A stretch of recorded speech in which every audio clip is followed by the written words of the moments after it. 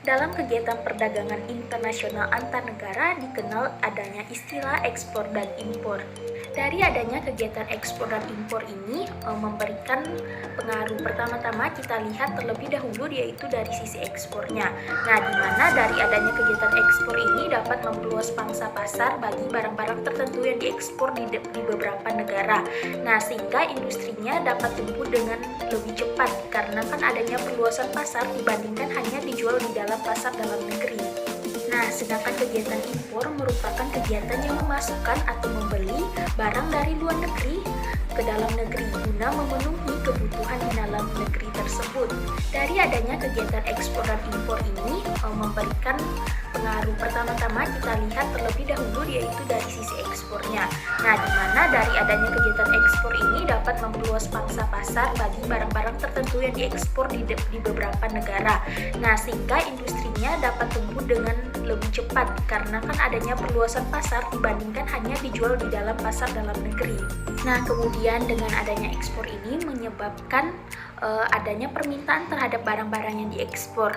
Nah, kemudian dengan adanya permintaan ini akan dicari sebuah inovasi baru yang dimana untuk meningkatkan produktivitas dengan maksud atau tujuan untuk meningkatkan produksi dan menggunakan teknologi baru untuk memproduksi barang tersebut. Nah, diyakini juga bahwa kegiatan ekspor ini mempunyai peran penting bagi pertumbuhan ekonomi. Nah, di mana kegiatan ekspor ini dapat mensuplai anggaran negara melalui pendapatan dan mata uang asing. Nah, di mana yaitu digunakan untuk memperbaiki infrastruktur dan menciptakan iklim investasi.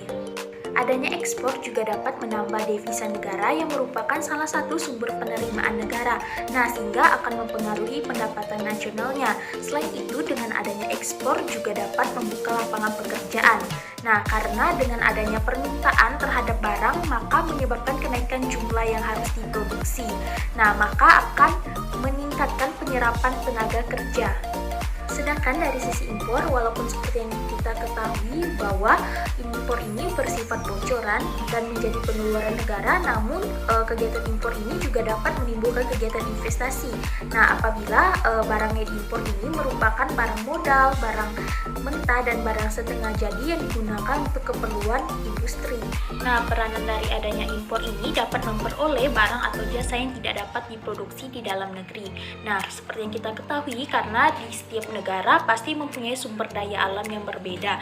Nah, selain itu dengan adanya impor ini juga dapat mengadopsi teknologi-teknologi canggih yang sudah dimiliki oleh para negara-negara maju. Terjadinya hubungan perdagangan internasional dilatar belakangi oleh adanya perbedaan SDA yang dimiliki oleh masing-masing negara.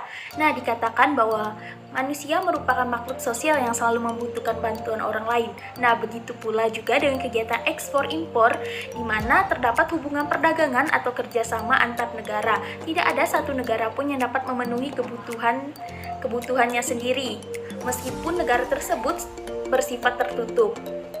Para ekonom klasik mengatakan bahwa salah satu hal yang mendorong hubungan perdagangan internasional adanya ekspor dan impor yaitu ingin memperoleh keuntungan, di mana dapat menambah pendapatan nasional. Terjadinya hubungan perdagangan internasional dilatar belakangi oleh adanya perbedaan SDA yang dimiliki oleh masing-masing negara. Nah, dikatakan bahwa manusia merupakan makhluk sosial yang selalu membutuhkan bantuan orang lain. Nah, begitu pula juga dengan kegiatan ekspor-impor, di mana terdapat hubungan perdagangan atau kerjasama antar negara. Tidak ada satu negara pun yang dapat memenuhi kebutuhannya sendiri, meskipun negara tersebut bersifat tertutup. Para ekonom klasik mengatakan bahwa salah satu hal yang mendorong hubungan perdagangan internasional adanya ekspor dan impor yaitu ingin memperoleh keuntungan, di mana dapat menambah pendapatan nasional. Walaupun demikian, namun kegiatan ekspor dan impor ini harus tetap berjalan dengan seimbang agar mencegah timbulnya defisit neraca perdagangan.